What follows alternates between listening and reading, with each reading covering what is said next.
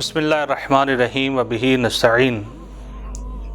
پروردگار عالم قرآن مجید میں ارشاد فرما رہا ہے من عمل صالحا فلنفسہ، کہ جو شخص بھی عمل صالح انجام دے گا فلنفسہ، اپنے ہی لیے ہے۔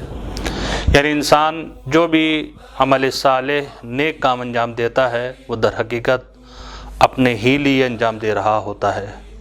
اس لیے دوسری جگہ پروردگار عالم نے ارشاد فرمایا ان احسنتم احسنتم لانفسکم، اگر تم احسان کرتے ہو تو یہ تمہارا احسان جو ہے اپنے ہی تمہاری ہی نفس کے لیے ہے۔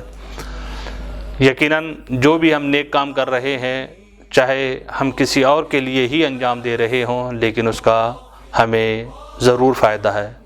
خدا کے ہاں ثواب کی کمی نہیں۔ اگر ہم کسی فعل کو، کسی کام کو کسی اور کے لیے انجام دے رہے ہیں، جہاں اس کو ثواب ملے گا ہمیں بھی ثواب ملے گا۔ اس لیے عمل صالح انجام دینا چاہیے۔ اور عمل صالح کس سے کہتے ہیں؟ بعض علماء یہ تعریف بیان کرتے ہیں عمل صالح اس عمل کو کہتے ہیں کہ جس کے لیے کوئی اجر معین کیا گیا ہو، اور وہ عمل اس عامل کو یعنی عمل کرنے والے کو اس مقام تک اور اس جگہ تک پہنچا دے تو کہا جاتا ہے کہ یہ عمل صالح ہے۔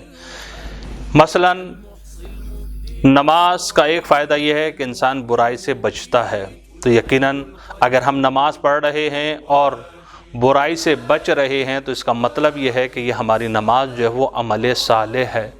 اور اگر ہم نماز پڑھ رہے ہیں لیکن گناہ بھی کر رہے ہیں اور برائی سے نہیں بچ رہے تو یہ عمل صالح نہیں کہلائے گا۔ عمل تو ہے، نیک عمل ہے، اچھا عمل ہے، لیکن عمل صالح نہیں ہے۔ اس لیے پروردگار عالم نے قرآن مجید میں مختلف مقامات پر عمل صالح کا اجر بھی بیان کیا ہے اور اس کے فوائد بھی ذکر کیے ہیں۔ کہیں پر کہا فَلَهُمْ أَجْرُهُمْ عِنْدَ رَبِّهِمْ، کہ جو عمل صالح انجام دے گا اس کا اجر جو ہے پروردگار عالم کے پاس ہے۔ اور کہیں پر کہا فَلَهُ جَزَاءُ الْحُسْنَى، ان کے لیے بہترین جزا، بہترین پاداش ہے۔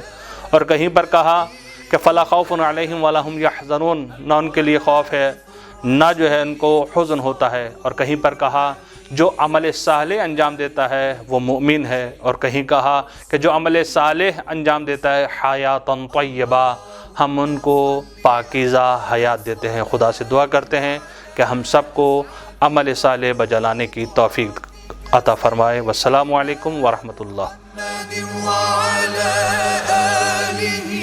وصحبه وسلم عدد معلوماتك ومداد كلماتك كلما